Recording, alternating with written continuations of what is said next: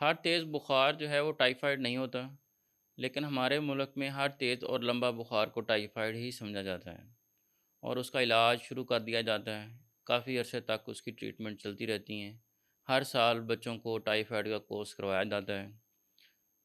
تو آج ہم اپنی اس ویڈیو میں دیکھتے ہیں کہ ٹائیفائڈ اصل میں کیا ہوتا ہے، کون کیسے پھیلتا ہے، اس کا علاج کیا ہے، اور اگر ہو جائے تو اس میں ٹیسٹ کون سے کروانے ہوتے ہیں ڈاکٹر صاحب کے مشورے کے بعد۔ آج ٹائیفائڈ کے متعلق تمام جو ہیں وہ میتھس ان کو ڈسکس کرتے ہیں۔ السلام علیکم، میرا نام ڈاکٹر زبیر خالد ہے۔ ہماری نیلسن پیڈیاٹرکس کی جو بک ہے اس میں پاکستان کا ذکر صرف 2 ہی مرتبہ آیا ہے۔ ایک جب پولیو کے بارے میں بات ہو رہی ہوتی ہے تو انفارچونیٹلی پاکستان میں اور افغانستان میں ابھی تک پولیو جو ہے وہ ختم نہیں ہو سکا، اور دوسرا جب ٹائیفائڈ کی بات ہو رہی ہوتی ہے بک میں تو تب بھی پاکستان کا ذکر کیا جاتا ہے کہ پاکستان میں ایکسٹریم ڈرگ ریزسٹنس جو ٹائیفائڈ ہے وہ قسم آ چکی ہے۔ تو آف کورس اس کی وجوہات ہیں کہ اینٹی بایوٹکس کا بے حد استعمال کیا جاتا ہے۔ اگر ٹائیفائڈ نہیں بھی ہے پھر بھی ان اینٹی بایوٹکس پہ پیشنٹ کو ڈال دیا جاتا ہے، اور اس کی ڈوزیج وغیرہ اور اس کا ڈیوریشن بھی پراپر نہیں ہوتا۔ تو اسی لیے آج ہم نے سوچا ہے کہ ٹائیفائڈ کے متعلق جو ہے وہ ساری باتیں ہم اس ویڈیو میں ڈسکس کرتے ہیں۔ سب سے پہلے ٹائیفائڈ کیا ہے؟ ٹائیفائڈ ایک بیکٹیریا ہے، سیلمونیلا ٹائفی بیکٹیریا ہوتا ہے، اس کے ذریعے پھیلتا ہے۔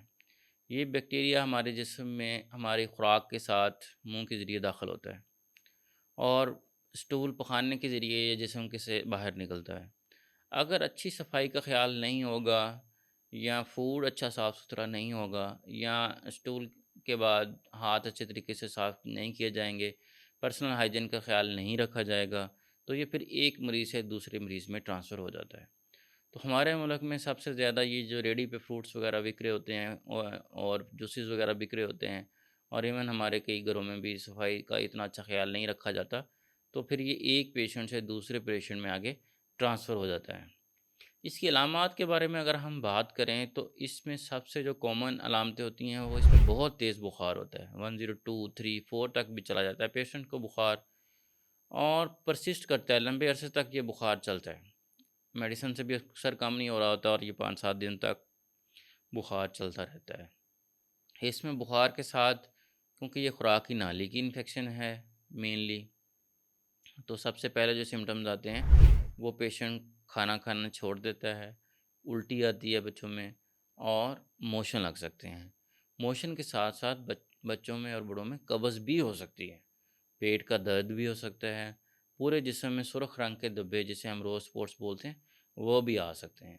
تو یہ پھر جب یہ روز اسپاٹس وغیرہ آ جاتے ہیں اور باقی اس کی کچھ علامتیں، وہ پھر جو ہے وہ ملیریا اور ڈینگی کے ساتھ مکس بھی ہو سکتی ہیں۔ تو اگر آپ کو یا آپ کے بچے کو تیز بخار ہے جو ہلکی پھلکی میڈیسن سے پیناڈول بروفن وغیرہ سے نہیں اتر رہا، تو آپ کسی بھی قریبی ڈاکٹر کے پاس جائیں گے، وہ آپ کو اس کے ٹیسٹ ایڈوائز کر کے دے گا۔ اب ٹیسٹوں میں ہمارا سب سے بڑا ایشو آ جاتا ہے کہ پاکستان میں وائڈال ٹیسٹ اور ٹافی ڈاٹ نامی 2 ٹیسٹ جو ہیں وہ ہو رہے ہیں۔ حالانکہ یہ دونوں ٹیسٹ جو ہیں وہ ایبسولوٹ ہو چکے ہیں، ختم ہو چکے ہیں، ان کی کوئی ویلیو نہیں ہے۔ یہ پازیٹیو اور نیگیٹو اگر آ بھی جائیں تو یہ نہ ٹائیفائڈ بیماری کو آپ کو بتائیں گے یہ ٹائیفائڈ بیماری اس کو ہے، نہ یہ بتا سکتے ہیں کہ یہ نہیں ہے۔ تو اس لیے سب سے بہترین جو ہے وہ پیشنٹ کی سی بی سی اور بلڈ کلچر ہوتے ہیں۔ اب پیشنٹ کی جو صورتحال ہے، اس کے سمٹمز ہیں اور سی بی سی کو ہم اگر کمپیئر کریں دونوں چیزوں کو، تو کوئی بھی اچھا ڈاکٹر آپ کی پیشنٹ کی بیماری کی تشخیص کر سکتا ہے۔ لیکن کئی بار جو ہے وہ سی بی سی اتنی جو ہے وہ کنکلوسیو نہیں ہوتی، رزلٹس ہمیں نہیں بتا رہی ہوتی، تو بلڈ کلچر بھی ہمیں کروانا پڑ سکتا ہے۔ بلڈ کلچر کی رپورٹ 4 5 دن کے بعد آتی ہے، وہ ہمیں ڈرگ کی سینسٹیوٹی کہ کون سی میڈیسن اس پیشنٹ کو لگائی جائے تو یہ بہتر ہو جائے گا، وہ بھی ہمیں بتا دیتی ہے۔ تو ٹائیفائڈ کا جو ہے جب تشخیص ہو جائے گی تو آپ کا ڈاکٹر آپ کو جو ہے وہ میڈیسن ایڈوائز کرے گا، اینٹی بایوٹکس ایڈوائز کر سکتا ہے۔ ایک بات سمجھنے کی ہے کہ اگر وہ جراثیم اس اینٹی بایوٹک کے خلاف اس کی سینسٹیوٹی ہے، مطلب اگر وہ اینٹی بایوٹک دی ہے اور جراثیم نے مرنا شروع کر دیا ہے، تو ہو سکتا ہے کہ آپ کا بخار پہلے دوسرے تیسرے دن میں ختم ہو جائے، سمٹمز بھی بہتر ہو جائیں۔ لیکن آپ نے وہ اینٹی بایوٹکس ڈاکٹر صاحب کے بتائے ہوئے اتنے دنوں کے اتنی ڈیوریشن سے پہلے آپ نے بند نہیں کرنی، کیونکہ یہی وہ وجہ ہے جس سے ڈرگ رزسٹنس ہو رہی ہے۔ جراثیم جو ہے وہ قوت مدافعت بڑھا لیتا ہے اپنی اس دوائی کے خلاف، اور اس دوائی سے پھر پیشنٹ بہتر نہیں ہوتا۔ دوبارہ وہ ری ایکٹیویٹ ہو جاتا ہے ٹائیفائڈ، اور وہ ایسے اس میں وہ والی جو دوائی میڈیسن دوبارہ بھی دیں گے تو وہ اثر نہیں کرتی۔ تو آپ نے ہمیشہ ڈیوریشن جو ہے وہ اینٹی بایوٹکس کا پورا کرنا ہے۔ 7 دن یا 10 دن کی ٹریٹمنٹ آپ کو دے سکتے ہیں ڈاکٹر، تو اتنے دن کی آپ نے جو اینٹی بایوٹکس ہیں وہ لازمی مکمل کرنی ہے۔ اینڈ پہ ڈسکس کر لیتے ہیں کہ اس سے پریونٹ کیسے کیا جائے، جیسا کہ یہ جو ہے پور ہائیجین سے، صفائی کا خیال نہ رکھنے سے ان چیزوں سے پھیلتا ہے۔